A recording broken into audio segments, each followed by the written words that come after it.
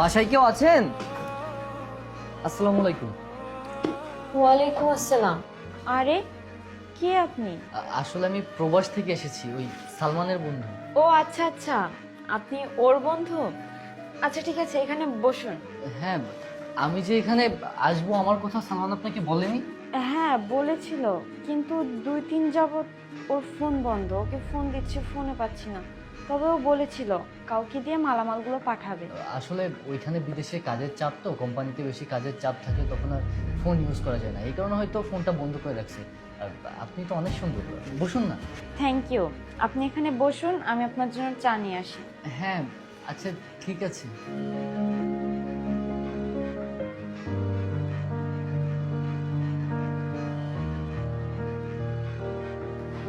এই যে নাস্তা করে নিন।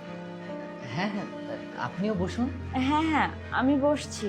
তাছাড়া আমি চা খেয়েছি, আপনি খেয়ে নিন। হ্যাঁ, শুক্রিয়া। আর আপনাকে যত দেখছি ততই ভালো লাগছে। এত সুন্দর একটা বউ রেখে আমার বন্ধু যে কীভাবে বিদেশে থাকে আমার মাথায় কাজ করছে না। আসলে আমি না এখনো বিয়ে শাদী করিনি। আমি ভেবেছিলাম যে দেশে এসে বিয়ে করব। যদি আপনার মতো একটা সুন্দরী মেয়ে পেতাম তাহলে অবশ্যই বিয়ে করতাম। আপনার কি কোনো ছোট বোন আছে? আরে আপনি এসব কি বলছেন? তাছাড়া বাংলাদেশি মেয়ের কি অভাব পড়েছে? আর আমার মতো মেয়েকে কেন বিয়ে করতে হবে? আমার চেয়ে সুন্দরী মেয়ে দেখে আপনাকে বিয়ে করিয়ে দিব। আচ্ছা ঠিক আছে। ও হ্যাঁ, আমি তো কথা বলতে বলতে ভুলেই গেছি। আমার বন্ধু বিদেশ থেকে মাল পাঠিয়েছে, আপনি লিস্টের সাথে মিলিয়ে নেন না এখানে কি কি মাল আছে। আচ্ছা সমস্যা নেই, আমি পরে এগুলো মিলিয়ে নিব।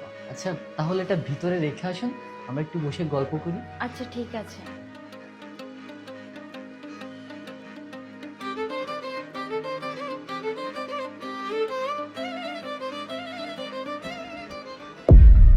আরে কে তুমি? আসসালামু আলাইকুম আন্টি, ভালো আছেন? আমি রাজু, আপনার ছেলে সালমানের বন্ধু। ও বিদেশ থেকে কিছু মালামাল পাঠিয়েছিল, তো তাই দিতে আসলাম। ও আচ্ছা আচ্ছা, তুমি আমার ছেলের বন্ধু। বাবা বসো তুমি। আপনি আমার বসুন। ছেলেটা কেমন আছে বাবা? জি আন্টি, আপনার ছেলে খুব ভালোই আছে। আর সবসময় ও শুধু আপনার কথাই বলে, আপনাকে অনেক ভালোবাসে। আমার ছেলের বন্ধু মানেই তো আমার ছেলে। তুমি আসছো আমার বাড়িতে 2 দিন বেড়াবে, আমি নিজ হাতে রান্না করে তোমাকে খাওয়াবো বাবা। আমার ছেলেটার জন্য না অনেক কষ্ট হয়। আমি তো মা, কিছু খেতে গেলে ছেলেটার কথা মনে উঠে বাবা। তুমি আমার ছেলের মতো। তুমি 2 দিন থাকবে, তুমি কিন্তু আমাকে না করতে পারবে না। আমি রান্না বান্না করে তোমাকে খাওয়াবো। বোমা, বোমা, আমার ছেলের বন্ধু এসেছে, ভালো মন্দ রান্না করতে হবে। গরুর মাংস, মুরগির মাংস রান্না করো। তুমি বসো বাবা, আমি আসতেছি। বোমা, আমার ছেলের বন্ধু এসেছে। আমার ছেলের বন্ধু মানেই তো আমার ছেলে, তাই না? ওর আপ্যায়নের যেন কমতি না হয়। আচ্ছা ঠিক আছে আম্মা, আপনি কোনো চিন্তা করবেন না। আমি সর্বোচ্চ দিয়ে তাকে আপ্যায়ন করার চেষ্টা করব। আচ্ছা ঠিক আছে, তাহলে তুমি যাও। হ্যাঁ আচ্ছা আম্মা। আচ্ছা আপনি একটা কাজ করেন, আপনি ফ্রেশ হয়ে আসেন, আমি রান্নার ব্যবস্থা করছি। তাছাড়া মা বলেছে আপনাকে 2 দিন বেড়ানোর জন্য। হ্যাঁ, আসছি যেহেতু বেরাবো অবশ্যই। আর আপনাকে তো ছেড়ে যেতে ইচ্ছা করছে না, আপনি এত সুন্দর। হ্যাঁ থ্যাংক ইউ। আমি উপরে খাবার দিচ্ছি, আপনি ফ্রেশ হয়ে আসুন। আসবো? আরে আপনি এত রাতে আমার রুমে? হ্যাঁ, ওই আসলে আন্টি দেখলাম ঘুমিয়ে গেছে, তো তাই এই কারণে আসলাম। আপনার সাথে কিছু কথা বলার ছিল আমার। হ্যাঁ কি বলবেন বলুন। আসলে আমি তো কালকে সকালে চলে যাব, তাই ভাবছিলাম কি আজকের রাতটা আপনার সাথে কাটাই। আরে আপনি এসব কি বলছেন? না না, আপনি যেইভাবে ভাবছেন ওরকম না। বিষয়টা আমি আপনাকে বুঝিয়ে বলছি। আপনি এত সুন্দর একটা মেয়ে, আমার বন্ধুর বউ, ও থাকে বিদেশে, আপনি দেশে থাকেন, একা একা থাকেন, আপনার কষ্ট হয় না? তাই আমি বলছিলাম কি, আপনি যদি এক রাত আমার সাথে থাকেন তাহলে আপনার জন্য একটা উপহার আছে। আমি দেশে আসছি, তো তো ভেবেছিলাম বিয়ে করব, এই জন্য বউয়ের জন্য একটা নেকলেস এনেছিলাম, স্বর্ণের নেকলেস। তো আপনি যদি এক রাত আমার সাথে থাকেন তো এটা আমি আপনাকে গিফট করব। দেখেন তো আপনার পছন্দ হয় কিনা। দেখি দেখি, অনেক সুন্দর তো। আমি তোমার হাজবেন্ডকে একটা নেকলেস পাঠাতে বলেছিলাম, কিন্তু আমার হাজবেন্ড তো আমাকে কোনো নেকলেস দিল না, শুধু কিছু কাপড় চোপড় আর কিছু সোনা পড়ে পাঠিয়েছে। এগুলো তো আমি দেশে বসেই কিনতে পারতাম। যাই হোক, আমি বরং রাজি হয়ে যাই, তাহলে এই নেকলেসটা আমার হয়ে যাবে। কি ভাবছেন? কিছু বলেন। না, তেমন কিছু ভাবছি না, আমি রাজি।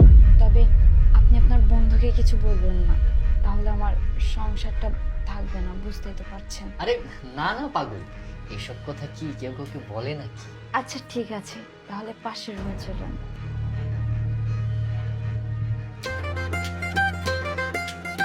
মা, আরে বাবা সালমান, তুই? ভালো আছো মা?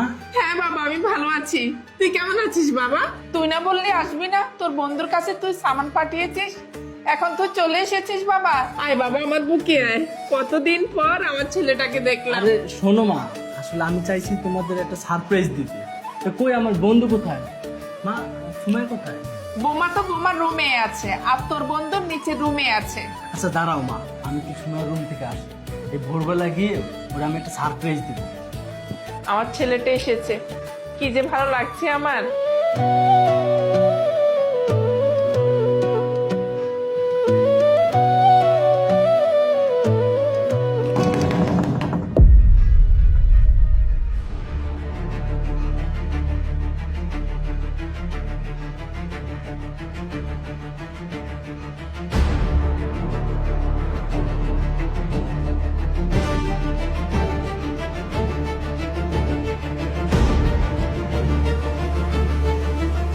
সারপ্রাইজ।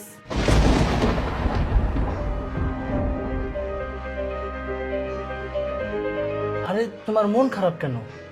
আমি আসছি, তুমি খুশি হওনি? তুমি আসছো, তুমি আমাকে মিথ্যে কেন বলেছিলে যে তুমি দেশে আসবে না? আর 2-3 দিন ধরে তোমার ফোন কেন বন্ধ ছিল? আরে আমি কি এখানে দাঁড়িয়ে থাকবো? আর আমার বন্ধু মনে হয় নিচের রুমে ঘুমাচ্ছে, তাই না? হ্যাঁ, আসো, তুমি ভিতরে আসো।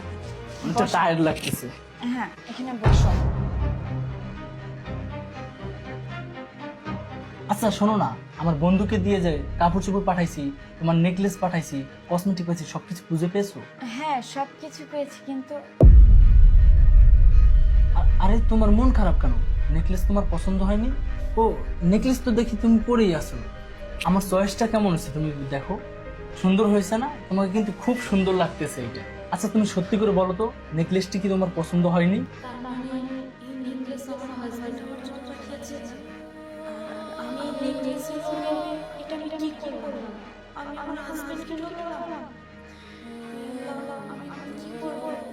আরে কি ভাবছো? তোমার মনে আসলে নেকলেসটি পছন্দ হয়নি?